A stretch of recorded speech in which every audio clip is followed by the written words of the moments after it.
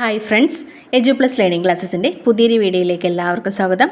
ഇന്ന് നമ്മൾ നോക്കാൻ പോകുന്നത് SCERT 6ാം ക്ലാസ്സിലെ പാർട്ട് 2 സയൻസിൻ്റെ ഭാഗമാണ്. 6ാമത്തെ ലെസനാണ് ഒന്നിച്ചു നിലനിൽക്കാം. ഒരു ജീവി ജീവിക്കുന്ന പ്രകൃതിദത്തമായ ചുറ്റുപാടിനെയാണ് ആവാസമെന്ന് പറയുന്നത്. ഒരു ജീവി ജീവിക്കുന്ന പ്രകൃതിദത്തമായ ചുറ്റുപാടിനെയാണ് ആവാസമെന്ന് പറയുന്നത്. ജീവിയ ഘടകങ്ങളും അജീവീയ ഘടകങ്ങളും ഉൾപ്പെടുന്നതും അവയുടെ പരസ്പര ബന്ധത്തിലൂടെ നിലനിൽക്കുന്നതുമായ സംവിധാനമാണ് ആവാസ വ്യവസ്ഥ. ജീവിയ ഘടകങ്ങളും അജീവീയ ഘടകങ്ങളും ഉൾപ്പെടുന്നതും അവയുടെ പരസ്പര ബന്ധത്തിലൂടെ നിലനിൽക്കുന്നതുമായ സംവിധാനമാണ് ആവാസ വ്യവസ്ഥ. ഭക്ഷ്യശൃംഖലകളിലെ ആദ്യത്തെ കണ്ണി എപ്പോഴും ഹരിതസസ്യമായിരിക്കും. ഭക്ഷ്യശൃംഖലകളിലെ ആദ്യത്തെ കണ്ണി എപ്പോഴും ഹരിതസസ്യമായിരിക്കും. അവസാനത്തെ കണ്ണിയായി വരുന്നത് പൊതുവെ മാംസഭോജികളാണ്. അവസാന കണ്ണിയായി വരുന്നത് പൊതുവെ മാംസഭോജികളായിരിക്കും. ഇത് രണ്ടിനും ഇടയിൽ വരുന്നത് സസ്യഭോജികളോ മിശ്രഭോജികളോ ആയിരിക്കാം. ഒരു ഭക്ഷ്യശൃംഖലയ്ക്ക് ഉദാഹരണമാണ് പുല്ല്, പുൽച്ചാടി, തവള, പാമ്പ്. ഇതുപോലുള്ള ഒരുപാട് ഭക്ഷ്യശൃംഖലകൾ ചേർന്ന് ഒന്നിച്ചുണ്ടാവുന്നതാണ് ഭക്ഷ്യശൃംഖലാജാലം അല്ലെങ്കിൽ ഫുഡ് വെബ് എന്ന് പറയുന്നത്. വിവിധ ഭക്ഷ്യശൃംഖലകൾ ഒന്നിച്ചു ചേർന്നുണ്ടാകുന്നതാണ് ഭക്ഷ്യശൃംഖലാജാലം അല്ലെങ്കിൽ ഫുഡ് വെബ്. പ്രകൃതിയിലെ ഭക്ഷ്യശൃംഖലാജാലമാണ് കാണുന്നത്. ഹരിതസസ്യങ്ങൾ സ്വയം ആഹാരം നിർമ്മിക്കുന്നത് കൊണ്ട് അതിനെ ഉൽപാദകർ എന്ന് പറയുന്നു. ഉൽപാദകർ അല്ലെങ്കിൽ പ്രൊഡ്യൂസറാണ് ഹരിതസസ്യങ്ങൾ. ആഹാരത്തിനായി മറ്റു ജീവികളെ ആശ്രയിക്കുന്ന ജീവികളെയാണ് ഉപഭോക്താക്കൾ എന്ന് പറയുന്നത്. സ്വയം ആഹാരമുണ്ടാക്കുന്ന ഹരിതസസ്യങ്ങളെ ഉൽപാദകരെന്നും ആഹാരത്തിനായി മറ്റു ജീവികളെ ആശ്രയിക്കുന്ന ജീവികളെ ഉപഭോക്താക്കൾ എന്നും വിളിക്കുന്നു. വിഘാടകർ അല്ലെങ്കിൽ ഡീകമ്പോസേഴ്സിന് ഉദാഹരണമാണ് ബാക്ടീരിയയും ഫംഗിയും. ബാക്ടീരിയയും ഫംഗസുമാണ് ജൈവ അവശിഷ്ടങ്ങളെ വിഘടിപ്പിച്ച് മണ്ണിനോട് ചേർക്കുന്നത്. ഈ സൂക്ഷ്മജീവികളാണ് വിഘാടകർ എന്ന് അറിയപ്പെടുന്നത്. ഇവരുടെ പ്രവർത്തന ഫലമായിട്ടാണ് ജൈവ അവശിഷ്ടങ്ങൾ വിഘടിക്കുന്നതും ഈ വിഘടിച്ച ജൈവ അവശിഷ്ടത്തെ ഇതിലുള്ള പോഷക ഘടകങ്ങളെ സസ്യങ്ങളുടെ വളർച്ചയ്ക്ക് വീണ്ടും ഉപയോഗിക്കുന്നതും. അടുത്ത ലെസനാണ് ആകർഷിച്ചും വികർഷിച്ചും. കാന്തം ആകർഷിക്കുന്ന വസ്തുക്കളെ കാന്തിക വസ്തുക്കൾ എന്നാണ് വിളിക്കുന്നത്. കാന്തം ആകർഷിക്കുന്ന വസ്തുക്കളാണ് കാന്തിക വസ്തുക്കൾ. കാന്തം ആകർഷിക്കാത്തവയെ അകാന്തിക വസ്തുക്കൾ അല്ലെങ്കിൽ നോൺ മാഗ്നറ്റിക് സബ്സ്റ്റൻസ് എന്ന് പറയുന്നു. ഇരുമ്പ്, നിക്കൽ, കൊബാൾട്ട്, ഉരുക്ക് ഇവയെല്ലാം കാന്തിക വസ്തുക്കളാണ്. കാന്തിക വസ്തുക്കളാണ് ഇരുമ്പ്, നിക്കൽ, കൊബാൾട്ട്, ഉരുക്ക്. കാന്തം ആദ്യമായിട്ട് കണ്ടെത്തിയത് മാഗ്നസ് എന്ന ഗ്രീക്കുകാരനായിട്ടുള്ള ആട്ടിടയനാണ്. ഇരുമ്പിനെ ആകർഷിക്കാൻ കഴിവുള്ള പാറയാണ് ലോഡ്സ്റ്റോൺ. അദ്ദേഹം കണ്ടെത്തിയത് ലോഡ്സ്റ്റോൺ ആണ്. ഇരുമ്പിനെ ആകർഷിക്കാൻ കഴിവുള്ള പാറയാണ് ലോഡ്സ്റ്റോൺ. ഈ പാറകളെ ഗ്രീക്കുകാർ മാഗ്നറ്റൈറ്റ് എന്ന പേരിൽ വിളിക്കാൻ തുടങ്ങി. പ്രകൃതിയിലെ കാന്തങ്ങളാണ് ലോഡ്സ്റ്റോൺ അല്ലെങ്കിൽ മാഗ്നറ്റൈറ്റ്. പിൽക്കാലത്ത് ഇരുമ്പ്, ഉരുക്ക് തുടങ്ങിയ വസ്തുക്കൾ ഉപയോഗിച്ചുകൊണ്ട് കാന്തം നിർമ്മിക്കാൻ തുടങ്ങി. ഇങ്ങനെയുള്ള കാന്തങ്ങളാണ് കൃത്രിമ കാന്തങ്ങൾ എന്ന് അറിയപ്പെടുന്നത്. ഇരുമ്പിൻ്റെ കൂടെ അലുമിനിയം, നിക്കൽ, കൊബാൾട്ട് ഈ ലോഹങ്ങൾ ചേർത്തുണ്ടാക്കുന്ന ലോഹസങ്കരമാണ് അൽനിക്കോ. ഇരുമ്പിൻ്റെ കൂടെ അലുമിനിയം, നിക്കൽ, കൊബാൾട്ട് ഇവ ചേർന്നുണ്ടാക്കുന്ന ലോഹസങ്കരമാണ് അൽനിക്കോ ഉപയോഗിച്ചാണ് കാന്തങ്ങൾ നിർമ്മിക്കുന്നത്. കാന്തങ്ങൾ നിർമ്മിക്കാൻ ഉപയോഗിക്കുന്നത് അൽനിക്കോയാണ്. കാന്തം നിർമ്മിക്കാൻ ഉപയോഗിക്കുന്ന മറ്റു പദാർത്ഥങ്ങളാണ് നിയോഡിമിയം, സമേറിയം തുടങ്ങിയ പദാർത്ഥങ്ങളും കാന്തം നിർമ്മിക്കാൻ ഉപയോഗിക്കുന്നുണ്ട്. TV, റേഡിയോ, മൈക്ക് സെറ്റ് ഇവിടെയെല്ലാം ശബ്ദം പുറപ്പെടുവിക്കാൻ ഉപയോഗിക്കുന്നത് സ്പീക്കറുകളാണ്. സ്പീക്കറുകളിൽ കാന്തം ഉപയോഗിക്കുന്നുണ്ട്. അപ്പോൾ കാന്തം ഉപയോഗിക്കുന്ന ഉപകരണങ്ങളാണ് TV, radio, mike set. Mobile ഫോണിലും ഹെഡ്ഫോണിലും കാന്തം ഉപയോഗപ്പെടുത്തുന്നുണ്ട്. സ്പീക്കറിൽ ഉപയോഗിക്കുന്നത് റിംഗ് കാന്തമാണ്.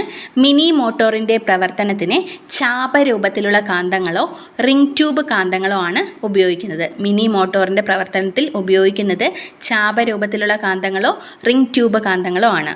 കാന്തത്തിൻ്റെ ശക്തി കൂടുതൽ അനുഭവപ്പെടുന്നത് അഗ്രഭാഗങ്ങളിലുള്ള കാന്തിക ധ്രുവങ്ങളിലാണ്. മാഗ്നറ്റിക് പോൾസിലാണ് കാന്തത്തിൻ്റെ ശക്തി കൂടുതൽ അനുഭവപ്പെടുന്നത്. സ്വതന്ത്രമായി കെട്ടിത്തൂക്കിയ കാന്തങ്ങൾ തെക്ക് വടക്ക് ദിശയിലായിരിക്കും സ്ഥിതി ചെയ്യുന്നത്. സ്വതന്ത്രമായി കെട്ടിത്തൂക്കിയ കാന്തങ്ങൾ സ്ഥിതി ചെയ്യുക. ഇതിൽ തെക്ക് ഭാഗത്ത് നിൽക്കുന്നത് സൗത്ത് പോളാണ്. വടക്ക് ദിശയിലേക്ക് നിൽക്കുന്നത് നോർത്ത് പോളാണ്. അതുകൊണ്ട് തന്നെ കപ്പൽ യാത്രക്കാർക്ക് ദിശ മനസ്സിലാക്കുന്നതിനും കാടിനുള്ളിൽ ദിശ മനസ്സിലാക്കുന്നതിനും നമ്മൾ ഈ കാന്തത്തിൻ്റെ പ്രത്യേകത ഉപയോഗപ്പെടുത്തുന്നുണ്ട്. കോമ്പസ് എന്ന ഉപകരണം ഉപയോഗിച്ചുകൊണ്ട് നോർത്തും സൗത്തും നമുക്ക് തിരിച്ചറിയാനായിട്ട് സാധിക്കും. കാന്തത്തിൻ്റെ ഒരേ തരം ധ്രുവങ്ങളെ സജാതീയ ധ്രുവങ്ങൾ എന്നാണ് വിളിക്കുന്നത്. കാന്തത്തിൻ്റെ ഒരേ തരം ധ്രുവങ്ങളെ സജാതീയ ധ്രുവങ്ങൾ എന്നും വ്യത്യസ്ത തരം ധ്രുവങ്ങളെ വിജാതീയ ധ്രുവങ്ങൾ എന്നും പറയുന്നു. കാന്തങ്ങളുടെ സജാതീയ ധ്രുവങ്ങൾ വികർഷിക്കുകയും വിജാതീയ ധ്രുവങ്ങൾ ആകർഷിക്കുകയും ചെയ്യുന്നു. ഒരു കാന്തത്തിൻ്റെ സൗത്ത് പോളും നോർത്ത് പോളും തമ്മിൽ അട്രാക്റ്റ് ചെയ്യും. സൗത്ത് പോളും ആണെങ്കിൽ അത് വികർഷിക്കും. കാന്തങ്ങളുടെ സജാതീയ ധ്രുവങ്ങൾ വികർഷിക്കുകയും വിജാതീയ ധ്രുവങ്ങൾ ആകർഷിക്കുകയും ചെയ്യും. കാന്തത്തിൻ്റെ ധ്രുവത്തിനോടടുത്ത ഭാഗങ്ങളിൽ കാന്തിക ശക്തി കൂടുതലായിരിക്കും. അകന്നു പോകുന്തോറും കാന്തിക ശക്തി കുറവായിരിക്കും. കാന്തത്തിൻ്റെ ധ്രുവത്തിനടുത്തുള്ള ഭാഗങ്ങളിൽ കാന്തിക ശക്തി കൂടുതലാണ്. അകന്നു പോകുന്തോറും കാന്തിക ശക്തി കുറവായിരിക്കും.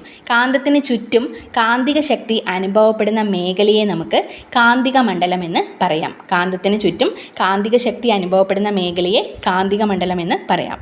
അടുത്ത ലെസനാണ് തിങ്കളും താരങ്ങളും. ഭൂമിക്ക് ഗോളാകൃതിയാണ്. ഭൂമി സ്പെറിക്കൽ ഷേപ്പ് അല്ലെങ്കിൽ ഗോളാകൃതിയിലാണ് കാണപ്പെടുന്നത്. ഭൂമിക്കും ചന്ദ്രനും പ്രകാശം ലഭിക്കുന്നത് സൂര്യനിൽ നിന്നാണ്. ഭൂമിയുടെ ഭ്രമണം പടിഞ്ഞാറ് നിന്ന് കിഴക്കോട്ടാണ്. ഭൂമി പടിഞ്ഞാറ് നിന്നും കിഴക്കോട്ട് തിരിയുന്നത് കൊണ്ടാണ് നമുക്ക് സൂര്യൻ ഉദിക്കുന്നത് കിഴക്കായിട്ട് തോന്നുന്നത്. ഭൂമിയുടെ ഭ്രമണം മൂലമാണ് രാവും പകലും ഉണ്ടാവുന്നത്. രാത്രിയും പകലും ഉണ്ടാവുന്നത് ഭൂമിയുടെ കറക്കം മൂലം അല്ലെങ്കിൽ ഭ്രമണം മൂലമാണ്.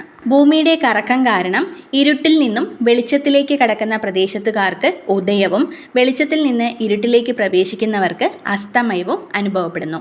ചന്ദ്രൻ ഭൂമിയെ പരിക്രമണം ചെയ്യുന്നത് കൊണ്ടാണ് ഓരോ ദിവസവും ചന്ദ്രൻ്റെ സ്ഥാനം മാറി മാറി കാണപ്പെടുന്നത്. 27 ദിവസം കൊണ്ടാണ് ചന്ദ്രൻ ഭൂമിക്ക് ചുറ്റും ഒരു പരിക്രമണം പൂർത്തിയാക്കുന്നത്. ചന്ദ്രൻ്റെ പരിക്രമണത്തിനെടുക്കുന്ന സമയമാണ് 27 ദിവസം. പരിക്രമണ പാതയിൽ ചന്ദ്രൻ്റെ പ്രകാശിത ഭാഗവും നിഴൽ ഭാഗവും ഭൂമിയിൽ നിന്നും കാണുന്നതിൻ്റെ വ്യത്യാസങ്ങൾ മൂലമാണ് വൃദ്ധിക്ഷയങ്ങൾ ഉണ്ടാവുന്നത്. ചന്ദ്രൻ്റെ വാക്സിംഗ് അല്ലെങ്കിൽ വെയ്നിങ് വൃദ്ധിക്ഷയം ഉണ്ടാവാൻ കാരണം ഭൂമിയിൽ നിന്ന് നോക്കുന്ന സമയത്ത് പ്രകാശിത ഭാഗവും നിഴൽ ഭാഗവും കാണുന്നതിലുള്ള വ്യത്യാസം മൂലമാണ്. അമാവാസിയിൽ നിന്ന് പൗർണമിയിലേക്ക് വരുമ്പോൾ ചന്ദ്രൻ്റെ പ്രകാശിത ഭാഗം കൂടുതലായി കാണുന്നതിനെയാണ് വൃദ്ധി എന്ന് പറയുന്നത്. അമാവാസിയിൽ നിന്ന് പൗർണമിയിലേക്ക് വരുന്ന സമയത്ത് ചന്ദ്രൻ്റെ പ്രകാശിത ഭാഗം കൂടുതലായി കാണപ്പെടുന്നു. അതാണ് വൃദ്ധി. പൗർണമിയിൽ നിന്ന് അമാവാസിയിലേക്ക് വരുമ്പോൾ ചന്ദ്രൻ്റെ പ്രകാശിത ഭാഗം ഭൂമിയിൽ നിന്ന് കാണുന്നത് കുറഞ്ഞു വരുന്നതിനെയാണ് ക്ഷയം എന്ന് പറയുന്നത്. പൗർണമിയിൽ നിന്ന് അമാവാസിയിലേക്ക് വരുമ്പോൾ ചന്ദ്രൻ്റെ പ്രകാശിത ഭാഗം ഭൂമിയിൽ നിന്ന് കാണുന്നത് കുറഞ്ഞു വരുന്നതാണ് ക്ഷയം.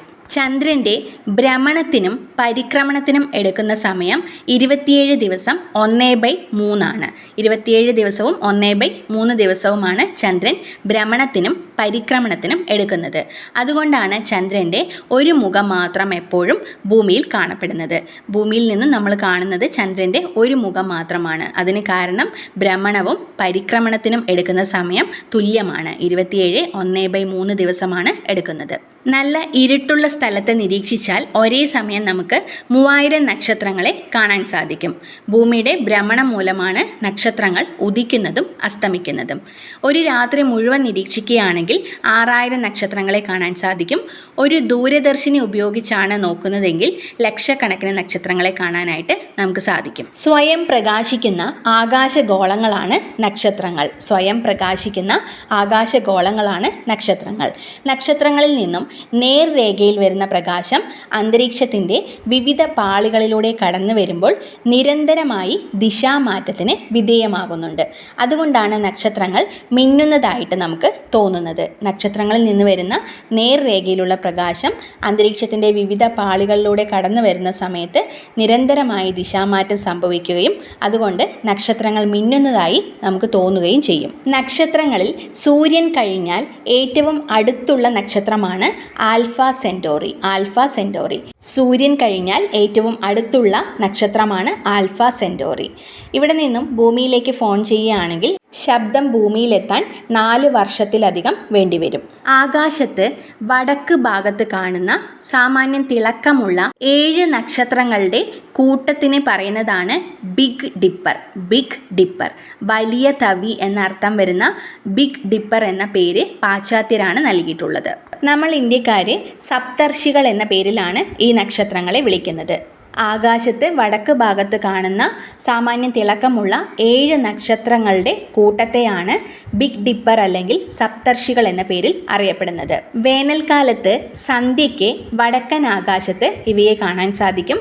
ഡിസംബർ ജനുവരി മാസങ്ങളിൽ ഇവയെ അർദ്ധരാത്രിയിലെ കാണാൻ സാധിക്കും.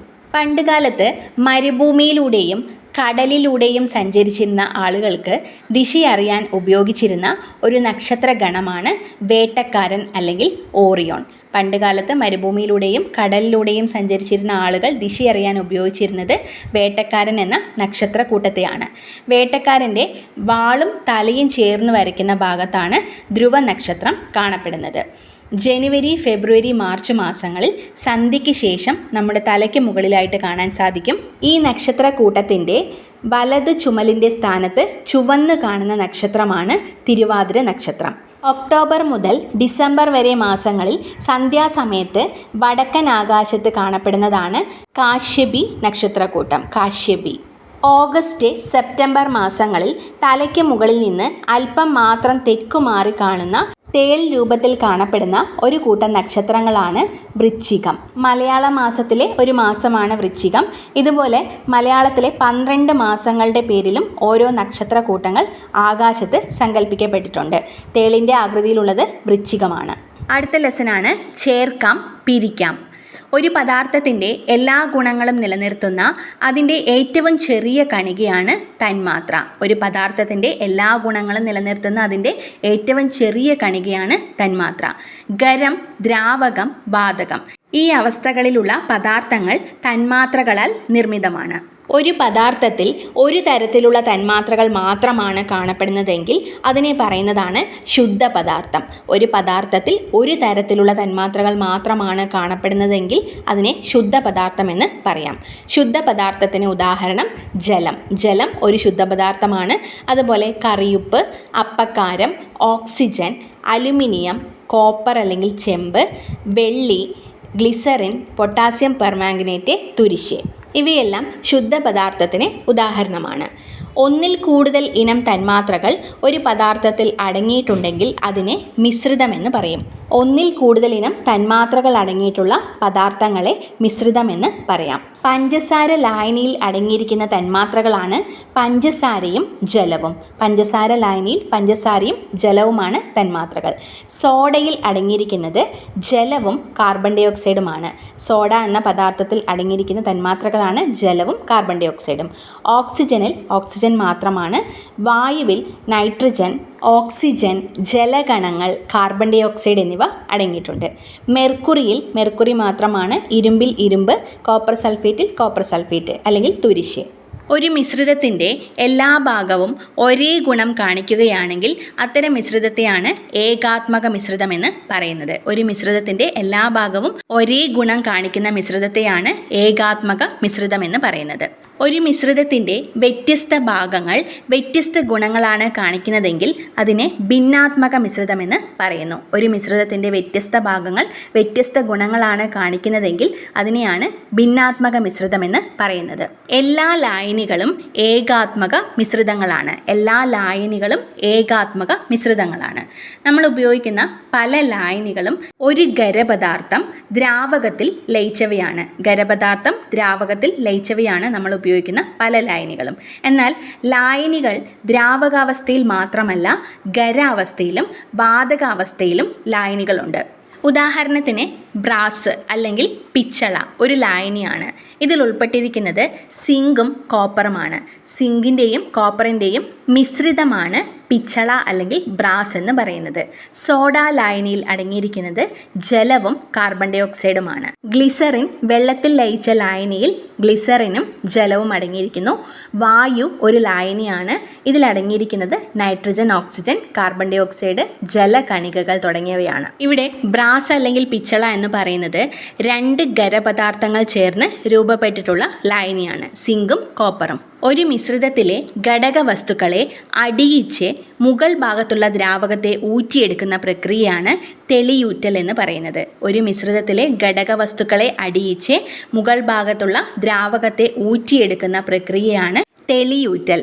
ഒരു മിശ്രിതത്തിലെ ഘടക പദാർത്ഥങ്ങളെ അരിപ്പ ഉപയോഗിച്ച് വേർതിരിക്കുന്ന രീതിയാണ് അരിക്കൽ.